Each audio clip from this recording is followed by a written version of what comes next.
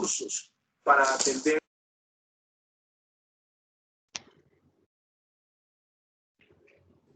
Muy buenas noches para todos. La Cruz Roja Colombiana Seccional Cundinamarca y Bogotá y la Cruz Roja Colombiana Seccional Quindío dan la bienvenida a la segunda sesión del conversatorio Manejo de pacientes COVID en servicios ambulatorios.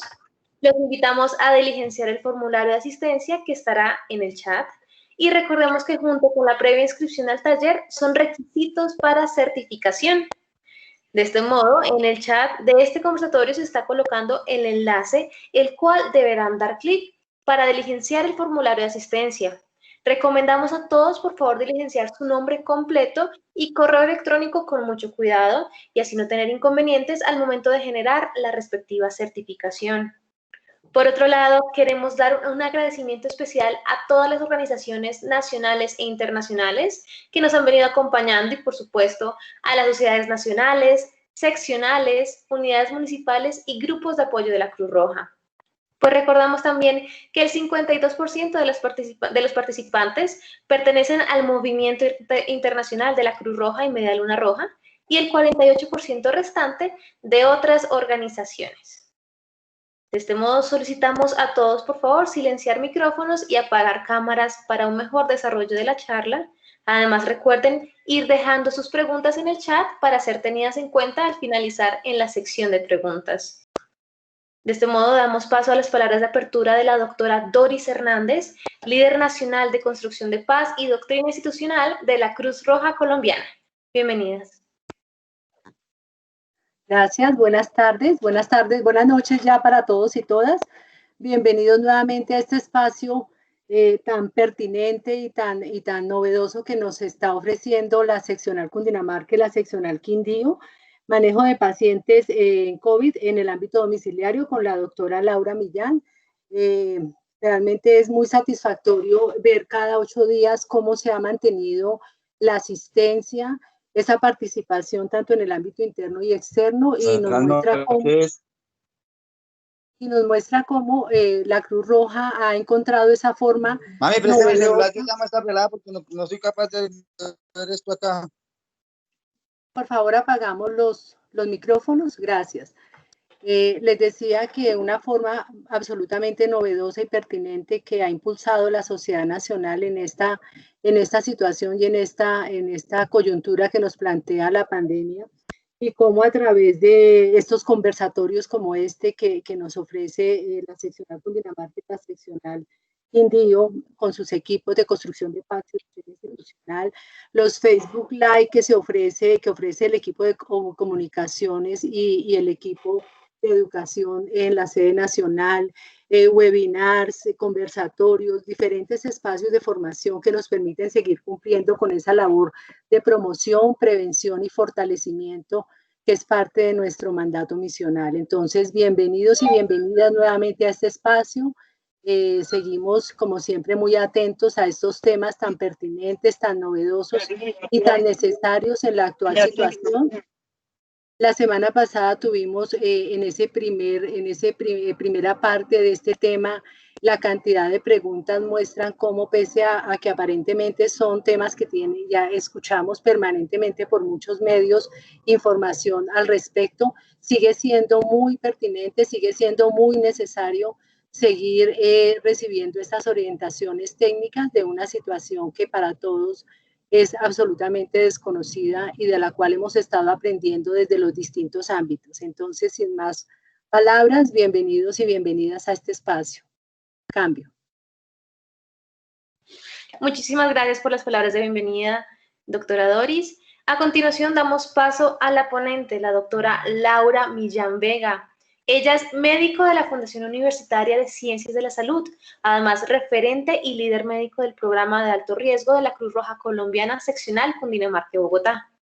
Ahí además se encuentra cursando la especialización en auditoría y alta gerencia en salud de la Universidad del Rosario. Bienvenida, doctora Laura. Cordial saludo a usted y a todos los oyentes. Muy feliz de estar compartiendo este momento y este espacio con ustedes.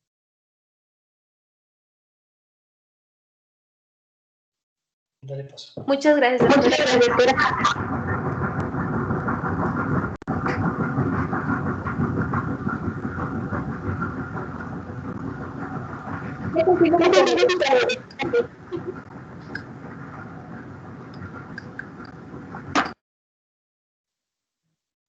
Le confirmo, doctora, que ya podemos ver la presentación. Ok, perfecto. Bueno, vamos a arrancar. Entonces, en la tarde-noche de hoy vamos a hacer nuestra segunda sesión del manejo de pacientes COVID en el ámbito domiciliario, enfocándonos en el programa de bajo y alto riesgo desde la Cruz Roja. En lo que vamos a hablar, como les comento, el programa de bajo y alto riesgo, y vamos a finalizar con algunas recomendaciones. Vamos a iniciar con la situación actual del coronavirus COVID-19 en Colombia, en donde tenemos en el último boletín informativo 824.042 casos diagnosticados en Colombia de COVID-19 en todo el territorio nacional, en donde tenemos casos activos 62.307. De esto quiero hacer hincapié, pues es nuestra piedra angular para la existencia del manejo del paciente COVID ambulatorio domiciliario. Pues tenemos en Colombia hoy registrados 52.196 casos manejados en casa, lo que quiere decir que de las personas infectadas en Colombia, el 80% de casos se comportan como casos leves o asintomáticos y deben ser manejados en casa. El 15% requieren un tratamiento hospitalario y solo un 5% de casos graves requieren manejo en UCI y uso de ventilación mecánica. ¿Para qué? ¿Cuál es la importancia de este programa y de este manejo de los pacientes en el ámbito domiciliario?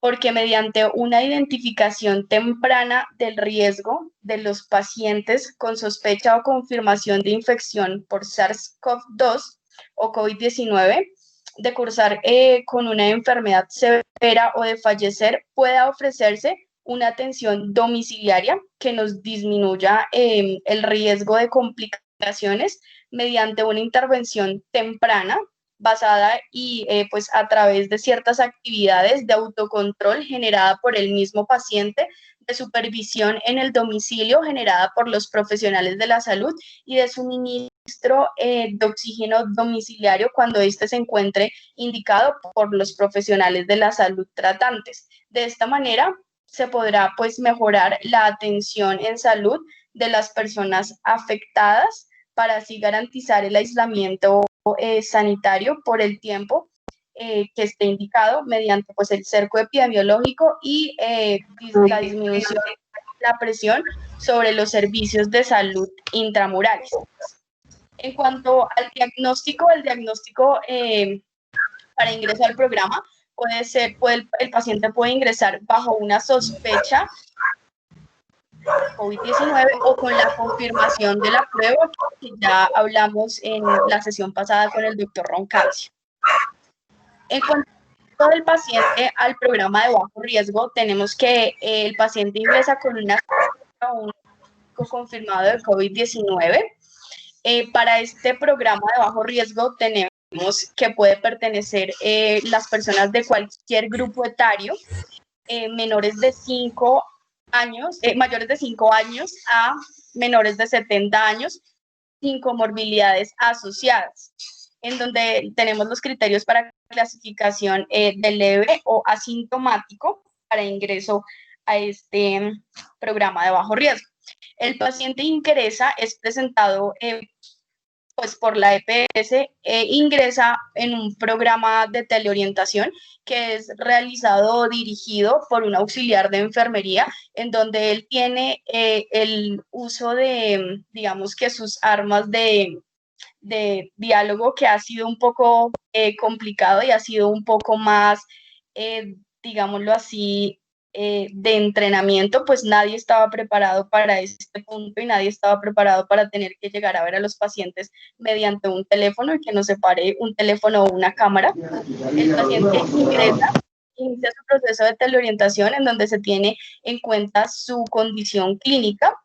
Mediante esto, más o menos hacia las 24 horas se le garantiza al paciente una atención por telemedicina que es generada pues por un médico general con todos los cursos de certificación de COVID-19. El médico general va a hacer una valoración en donde va a identificar si realmente el paciente tiene criterios para el ingreso ingreso al programa y va a generar las recomendaciones del aislamiento y la certificación del aislamiento. Durante esta consulta de telemedicina, puede requerir el paciente una visita domiciliaria presencial, dado pues la clínica del paciente.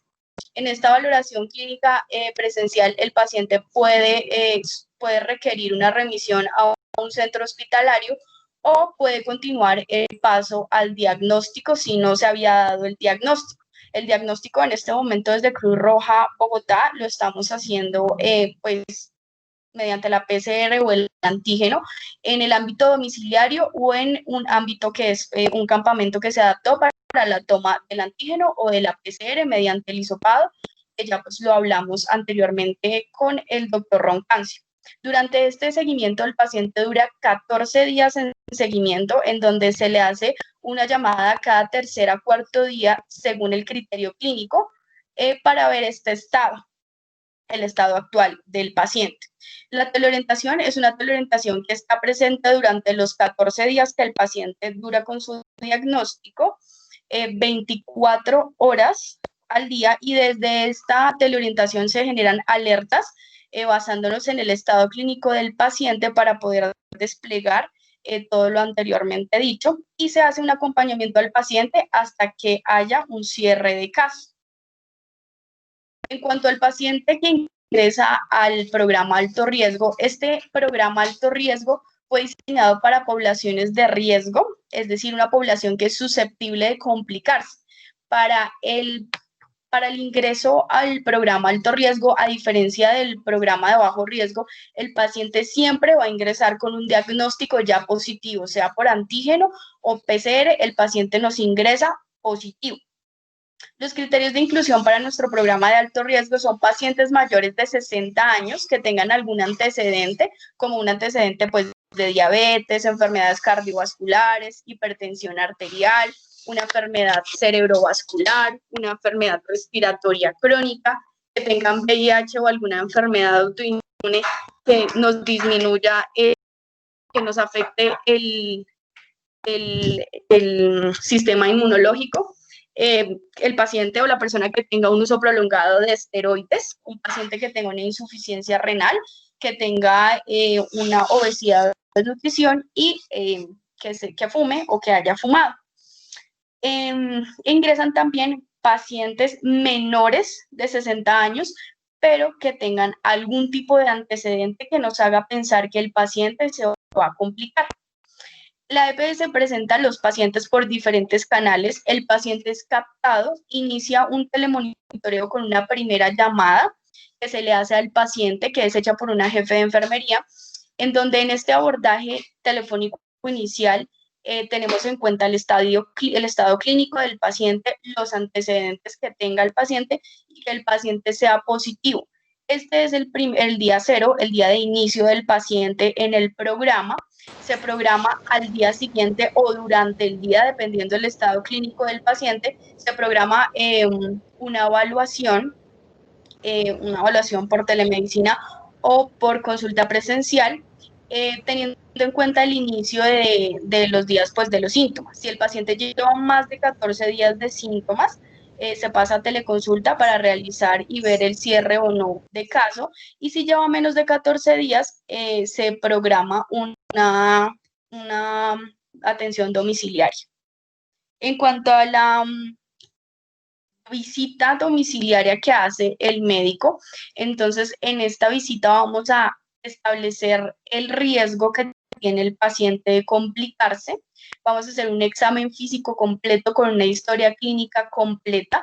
Para este examen físico completo, nuestro profesional, pues obviamente ingresa al domicilio con todos los elementos de protección personal requeridos. Se hace una entrega del oxímetro y un termómetro que está escrito en los últimos pues, lineamientos del Ministerio Nacional, esto con el fin de poder monitorizar al paciente con sus signos vitales y garantizarle al paciente el elemento para que se pueda monitorizar estos signos vitales. Se hace una evaluación del nivel de oxigenación del paciente mediante el pulso oxímetro para ver el requerimiento del oxígeno domiciliario en casa. Se realiza una orden de laboratorios que nos van a ayudar a calcular una escala en donde está pues el hemograma y la LDH, y se aplica una escala que es una escala de gravedad que se empezó a usar, que se llama el NEWS-2. Esta escala nos permite dar una respuesta rápida ante pues el deterioro del paciente, el deterioro clínico que puede tener este paciente, y a partir de una puntuación de 5 que nos da un riesgo moderado a grave, el paciente pues se tendría que ser remitido. Esta escala tiene en cuenta la cantidad de respiraciones que tenemos por minuto, la cantidad de pulsaciones que hay por minuto, el nivel de conciencia del paciente, el valor que nos arroje su temperatura, el estado de oxigenación, la frecuencia de uso de su oxígeno y la presión sistólica.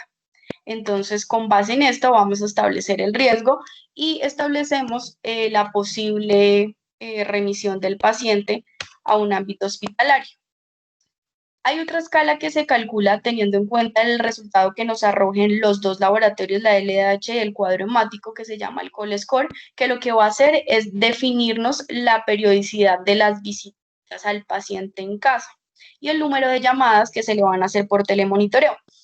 Esta clasificación pues está dada por letras A, B y C, siendo la C pues la clasificación con la que más hay que tener cuidado con estos pacientes que están metiditos en esa clasificación, en donde lo que nos dice es pues que tenemos que tener una visita presencial el día 1, el día 4, el día 7 y el día 14, con un médico para establecer y evaluar el riesgo del paciente, y se le va a hacer un telemonitoreo diario 3 veces al día.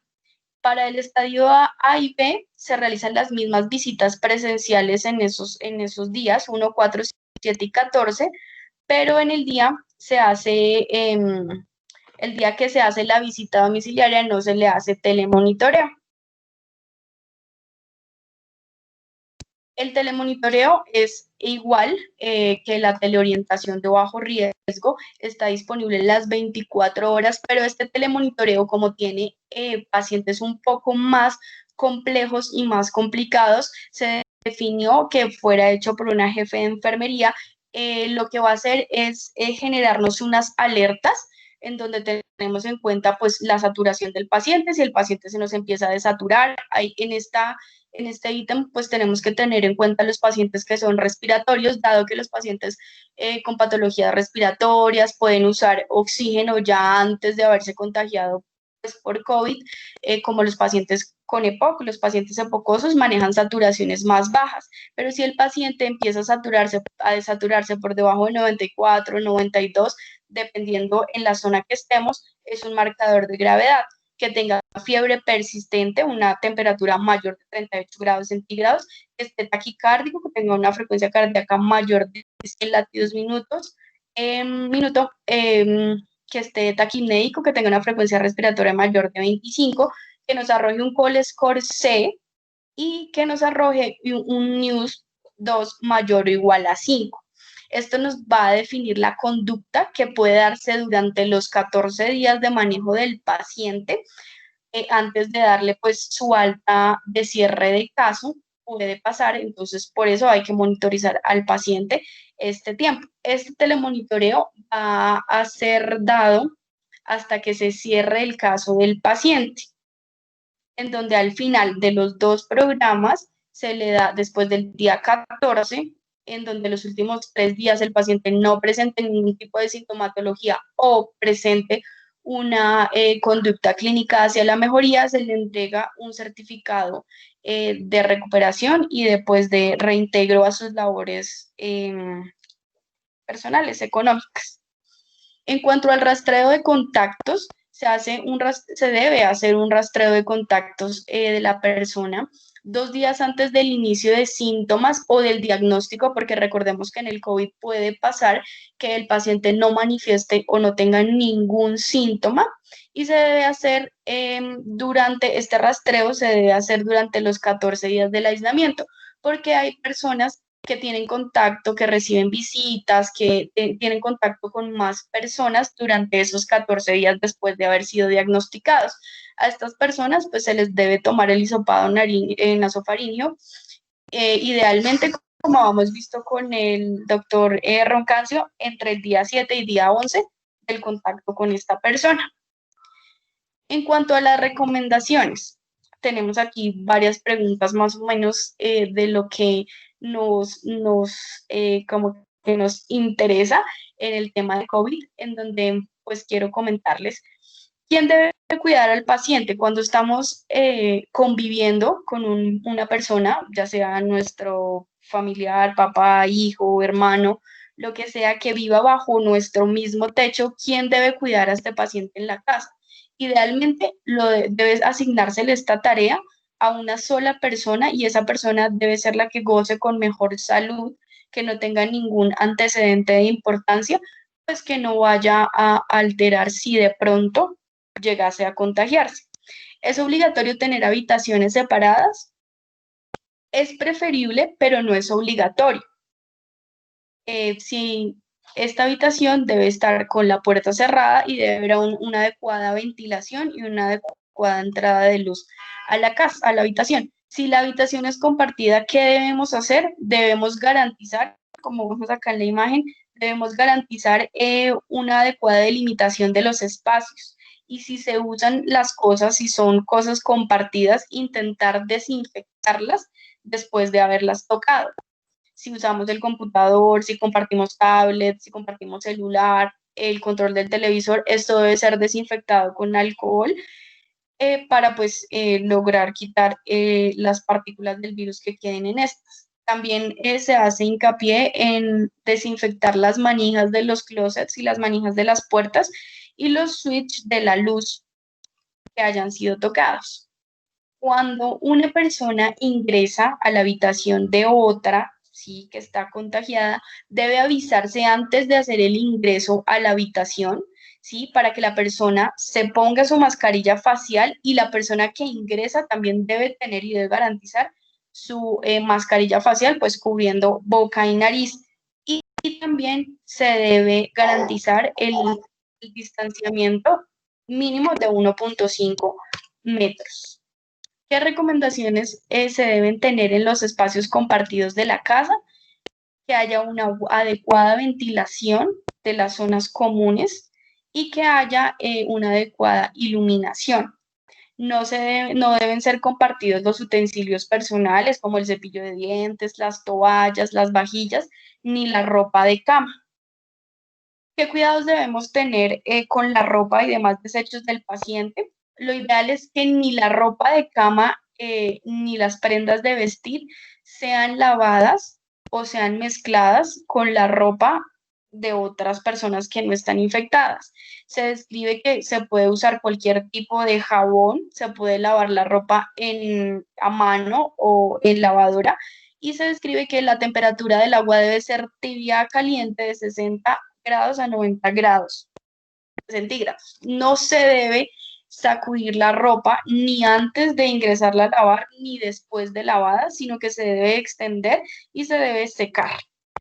En cuanto a las vajillas y lo que use el paciente, pues debe lavarse individualmente, lavarse con agua tibia y jabón. Los desechos debemos meterlos en una bolsa con un cierre y debe reemplazarse diariamente, debe hacerse constantemente.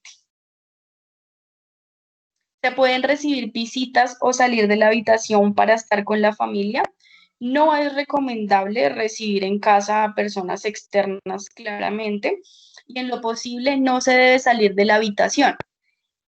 Es importante que los pacientes entiendan que no deben salir de la habitación, pero de ser necesario, hay que conservar el uso de la mascarilla y el distanciamiento social a mínimo 1.5 metros. Y al salir a las zonas comunes de la casa, intentar no usar elementos que todos en casa usen, como la nevera, el microondas, la lavadora, el teléfono, los televisores. Debe intentar el paciente no usarlos. Una persona con COVID, ¿cuándo debe consultar a urgencias? Cuando la fiebre se hace incontrolable, cuando tenemos la sensación de dificultad para respirar, cuando se sienten palpitaciones o taquicardia, cuando hay agitación y cuando hay una coloración de los labios azules o morados. ¿Cuándo y cada cuánto se debe lavar las manos del paciente y los convivientes? Antes y después de colocarse el tapabocas, antes y después de comer, después de ir al baño, antes y después de usar cualquier equipo, antes y después de abrir la puerta, antes y después de encender o apagar la luz, antes de salir a algún lugar de la casa y después de entrar a su cuarto en donde está completando su aislamiento. Hay 7 premisas que son infaltables y que deben ser recordadas siempre, y es que debemos usar siempre el tapabocas, debemos mantener un distanciamiento social mínimo de 1.5 metros, debemos hacer un correcto lavado de manos con agua y jabón, debemos mantener la casa ventilada, el saludo no puede ser de mano, no puede ser de beso, ni mucho menos un abrazo, y debemos hacer una desinfección constante de los utensilios que tengamos en casa y que sean tocados por el paciente. Y no debemos tocarnos la nariz ni la boca. Muchas gracias.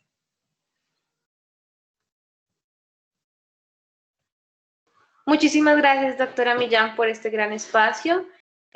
Sabemos que pues, hay muchas preguntas entre el público y antes de dar paso al momento de las preguntas, le recomendamos a quienes aún no lo hacen el por favor diligenciar el formato de asistencia que se encuentra en el chat de esta plataforma.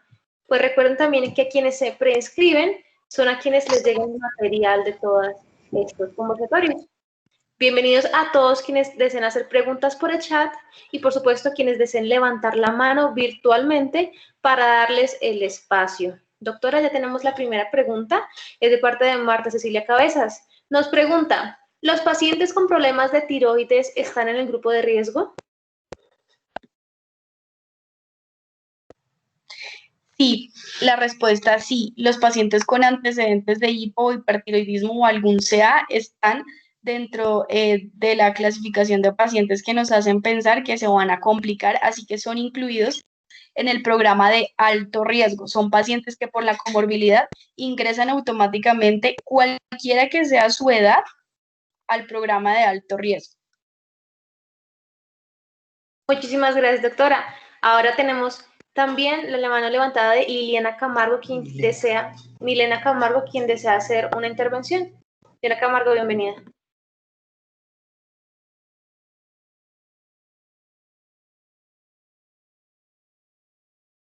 Milena, bienvenida. Buenas noches, qué pena, señoritas, que no les escuchaba muy bien. Bueno, mi pregunta es la siguiente. Si dado caso que la persona ya se les haya hecho una prueba y una segunda prueba, pero no tenga los suficientes cuidados o no hay alguien que se pueda hacer cargo de esa persona, ella tiene que irse al hospital o alguien que la ayude allá o el hospital como tal le brinda ayuda para que pueda estar en su casa. De acuerdo a lo que está escrito en los lineamientos, si es una persona que convive sola, debe proveerse con los suficientes recursos para estar los 14 días en casa. Y como es una paciente que va a estar siendo monitorizada por vía telefónica, vía teleconsulta, telemedicina, telemonitoreo o teleorientación, la paciente puede o el paciente puede estar solo en casa y debe consultar solamente si los signos de alarma aparecen para ser ingresada a un ámbito hospitalario. Muchísimas gracias por su respuesta. Muchas gracias. También tenemos la pregunta de Ana Lorena, quien nos indica, si un paciente da positivo en COVID-19 y es del área de salud y quiere que le realicen la segunda prueba de hisopado nasofaríngeo, ¿se le puede realizar, doctora? Así sea que la norma diga que después de 14 días no requiere que se le realice la prueba. Según la norma, no es necesario y no requiere una segunda prueba con el diagnóstico inicial de un hisopado, sea antígeno o PCR, teniendo en cuenta que a los profesionales de la salud, sea cual sea su ámbito de trabajo, de labor, se les debe tomar es una PCR. Una vez siendo positivos, se esperan los 14 días y luego de los 14 días puede reintegrarse a su vida laboral y social. No es necesario hacerle otra prueba. Muchísimas gracias. También tenemos el comentario o pregunta también de los utensilios de uso personal también deben tenerse aparte, ¿correcto? Sí, es correcto. Los utensilios, a pesar de ser lavados con agua caliente y jabón, es aconsejable que estén en un recipiente diferente al del resto de la familia para que no estén mezclados, al igual que el jabón con el que se laven y las esponjillas con las que se lave también deben ser manejados en otro espacio.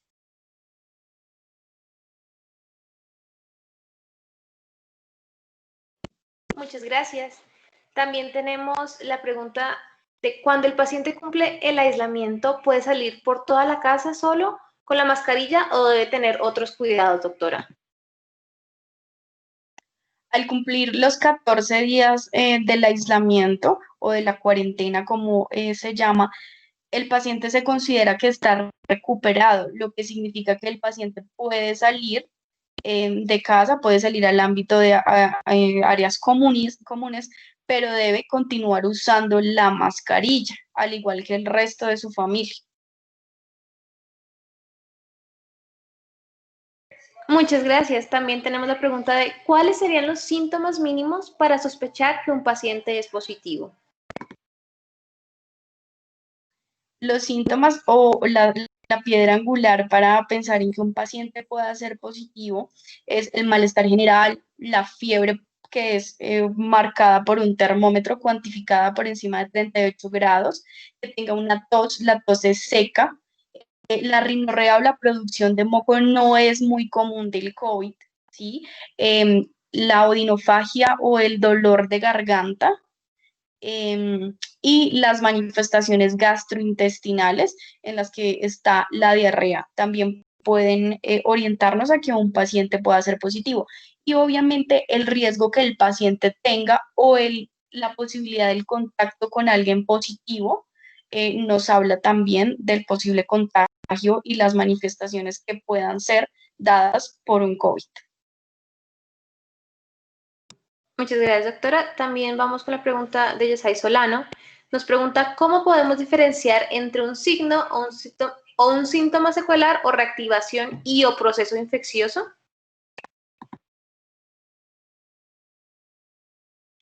Los signos o los síntomas secuelares, digámoslo así como lo dicen en la pregunta, generalmente es la tos residual y la sensación de disnea o la sensación de ahogamiento con la que queda una persona, que según los estudios se ha descrito llegar a de 15 y un mes de días, pues 15 días y un mes después de la resolución del cuadro. Una pregunta relacionada es, Filomena Acevedo nos pregunta, doctora, con un dolor de cabeza muy intenso, dolor en las órbitas oculares y sensación de indigestión, ¿puede considerarse un síntoma de COVID o algún tipo de preocupación? Nos puede orientar, pero tendríamos que sumarle otro tipo de signos o síntomas y como les digo, el contacto o el posible contagio que se haya tenido. Sabe que pues una cefalea también, la fiebre puede hacer sentir cefalea y una diarrea, pero puede ser generado también por una gastroenteritis. Entonces tendríamos que ver otras cosas que el paciente pudiese manifestar sumado al riesgo, la población de riesgo o el contagio. Perfecto, doctora. Tenemos preguntas muy puntuales. En este caso es cuando una persona está afónica, sin dolor en la garganta, ¿este síntoma es preocupante? Digamos que la disfonía o el quedarse sin voz puede ser preocupante para otro tipo de patologías, pero lo patognomónico o lo que nos haría pensar en un COVID es más la odinofagia, el dolor en la garganta, no tanto la pérdida de la voz, sino el dolor, la odinofagia. Perfecto. ¿Por qué o a qué punto se le da el coma inducido al paciente tipo C, doctora?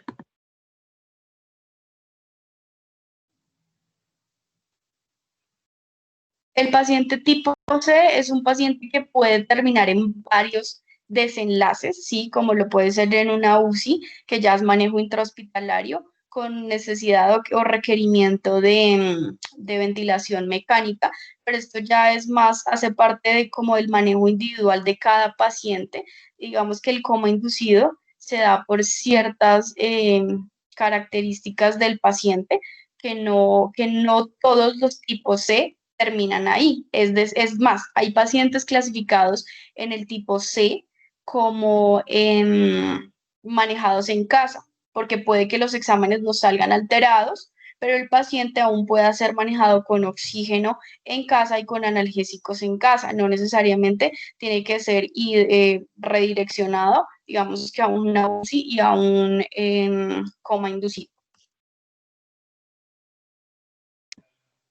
Perfecto. Ahora nos preguntan, ¿un paciente con obesidad, con síntomas respiratorios y contacto estrecho con persona positiva para COVID-19 puede ser catalogado como paciente de alto riesgo?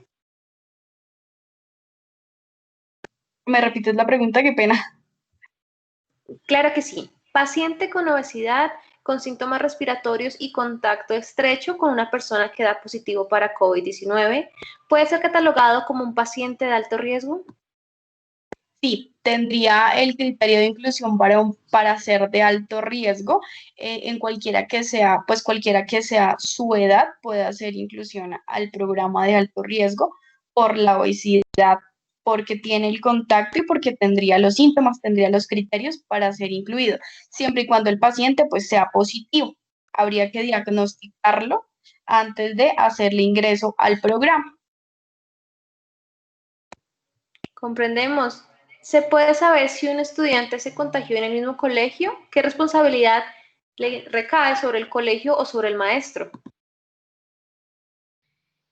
Es muy difícil lograr identificar que el niño, digámoslo así, que el estudiante se contagie en el mismo colegio. Por ende, considero que no tendría que recaer la responsabilidad ni en las directivas de los colegios ni en los profesores, dado que el paciente puede tener salidas, puede tener contactos o contagios en otros lugares, pues no, los niños no salen exclusivamente, digamos, al colegio para ser contagiados. A continuación daremos paso a la señora Gloria, quien pide la palabra. Bienvenida, Gloria.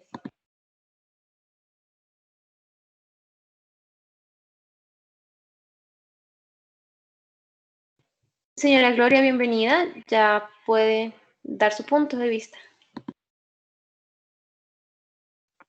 Buenas noches. Muchas gracias. Excelente su presentación, doctora. Tengo una pregunta. Teniendo en cuenta que el COVID es familia de virus, pertenece a la familia de los virus, ¿se ha visto o algunos efectos cardiovasculares como cardiopatías en los pacientes que han sufrido del COVID, post-COVID? Estas cardiopatías inherentes, es inherente al COVID, como todo virus que puede afectar el corazón. ¿Lo sufren los pacientes con enfermedades cardiovasculares o puede llegarlo a sufrir cualquier paciente que haya tenido la enfermedad? La enfermedad es mi pregunta.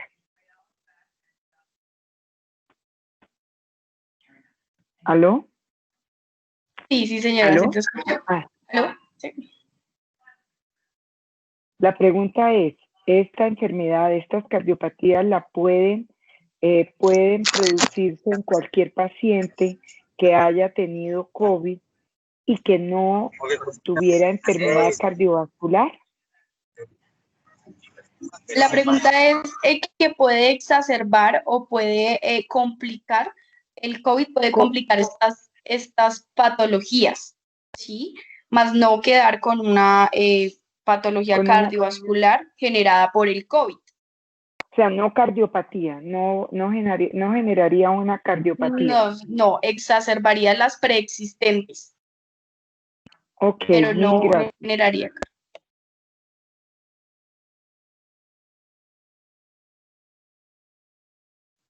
Continuamos con la pregunta de Andrés Charit. Nos pregunta, paciente con cáncer y prueba positiva del 28 de agosto, ¿puede ser hospitalizado actualmente?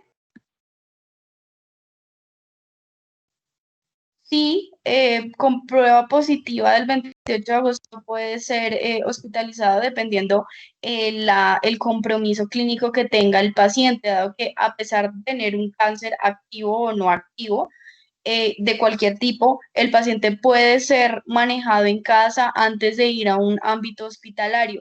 Ante signos de alarma o ante complicaciones, el paciente puede tener que ser internado para manejo hospitalario. Doctora, hemos tenido muchas preguntas relacionadas con comorbilidad. Entonces, hay diferentes síntomas, los cuales voy a leer y usted me dirá si son o no relacionados. Entonces, la primera es una persona que se hizo el bypass. Otra persona si tiene dolor de cabeza y dolores musculares. Tercera persona con pérdida del gusto y olfato. Y cuarta con arritmia cardíaca.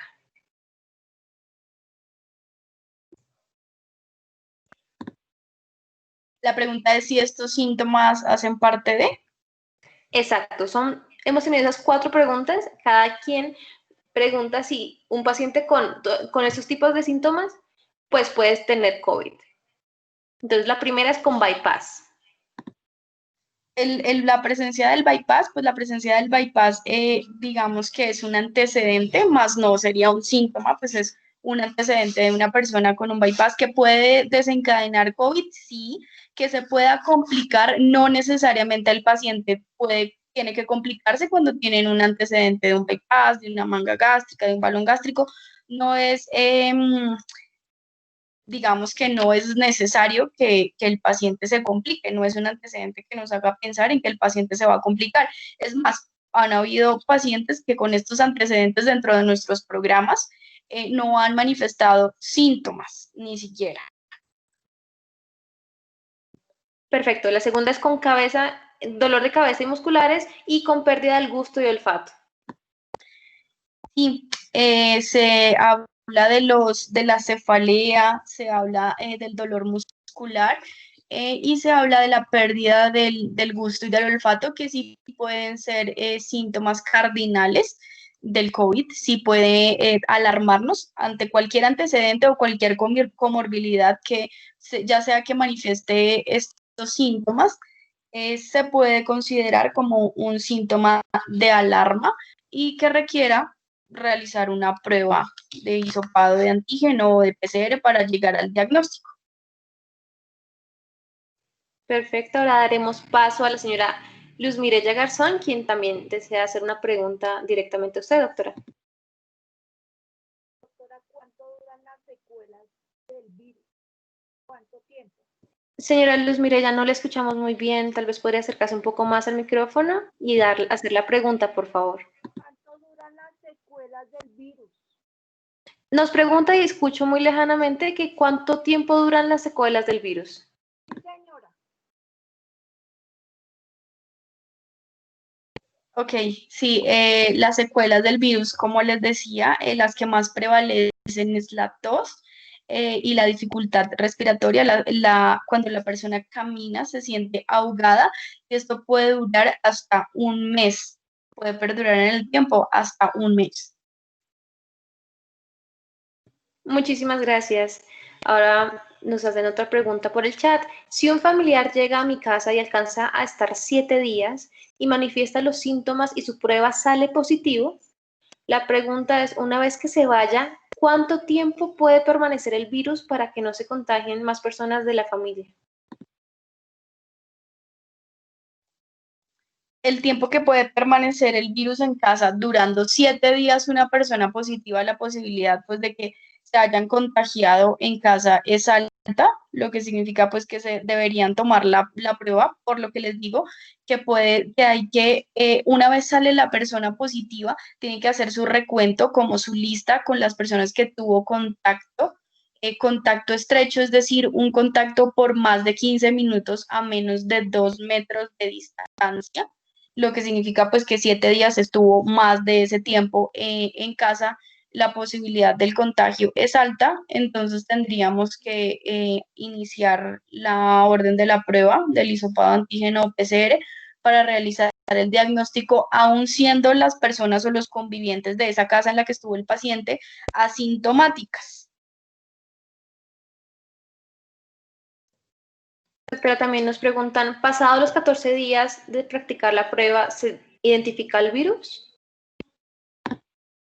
Y lo que hablábamos con el doctor Roncancio en la sesión pasada, puede reconocerse algunos fragmentos del virus mediante la PCR o el antígeno, lo que significa que puede continuar siendo la prueba positiva sin necesidad de ser infectivo, puede continuar dando positiva la prueba. Tenemos 3 preguntas más. La siguiente es, ¿puede tener una persona COVID y no darse cuenta que lo tuvo, pero ya está recuperado? Y si es así, ¿por qué pasaría esto?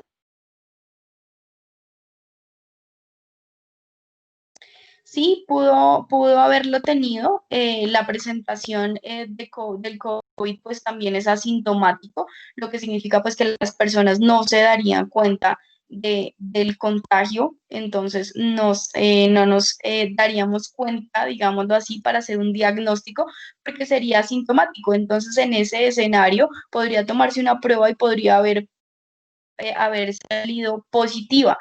En el momento, en el día cero del diagnóstico, la persona debe durar en su aislamiento 14 días para, se hace de cuenta, digamos que se hace cuenta como que el día cero es el día en el que la persona se toma la prueba y sale positiva. Para los 14 días subsiguientes, pues hacer una evaluación clínica del paciente y considerar pues el reintegro después de esos 14 días de aislamiento. Ahora bien, Jorge Alexander González le pregunta, doctora, paciente sintomático con prueba PCR para COVID-19 positiva y segunda prueba negativa. Sigue sintomático. ¿Se debe realizar una tercera prueba? No se debe realizar tercera prueba, se esperaría el tiempo del aislamiento y se consideraría el estudio de otra posibilidad diagnóstica para la sintomatología que el paciente presenta.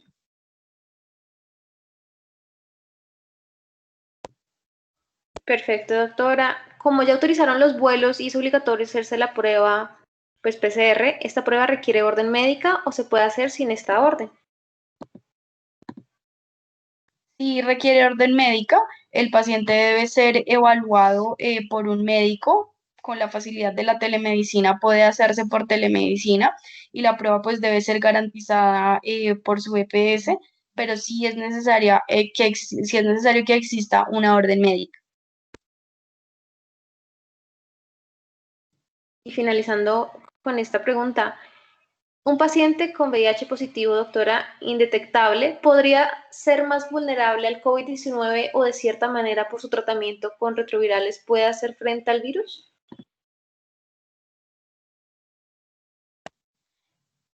A pesar de que la carga viral sea indetectable, el paciente con VIH positivo pues es un paciente que tiene una condición que afecta su sistema inmune, lo que hace pues que eventualmente pueda complicarse y para esto requeriría pues que esté más monitorizado el paciente de cerca para poder prevenir las complicaciones y los desenlaces fatales del paciente, dado que es un paciente que tiene de por sí el sistema inmune ya alterado.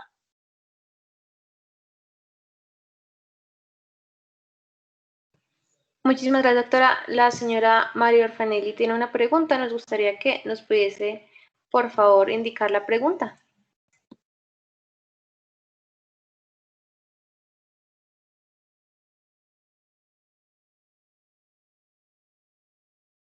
si hay un paciente en casa con COVID-19 y está dentro de toda la familia, ¿por qué hay que aislarlo y por qué hay que seguir los protocolos de bioseguridad si estando dentro de la familia todos tienen el COVID?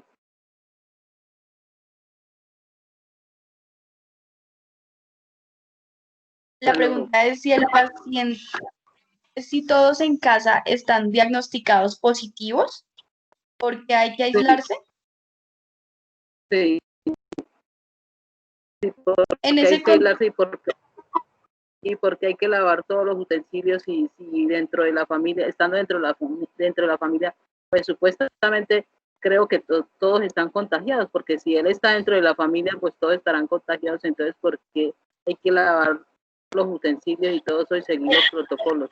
Ok, es diferente que se tenga la posibilidad de contagiarse, ¿sí? De que las otras personas sean positivas, a que el paciente sea positivo, a que todas las personas sean positivas. Lo que se busca con ese manejo de los residuos, con el manejo pues, de la ropa, del aislamiento, de todo este tema, es prevenir que el resto de personas se contagien, que el resto de familiares se contagien. Esa es la razón por la cual se debe aislar y se debe hacer un manejo individual de cada persona y del paciente respecto al resto de su familia, porque no sabemos en qué persona el desenlace va a ser más fatal que en el resto de familia.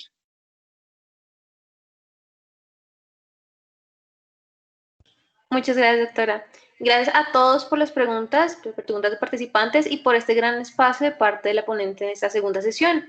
Por favor, no olviden diligenciar el link de inscripción que se encuentra en estos momentos en el chat. Ahora bien, damos paso a las palabras finales de la doctora Millán con algunos consejos o información importante para tener en cuenta, doctora.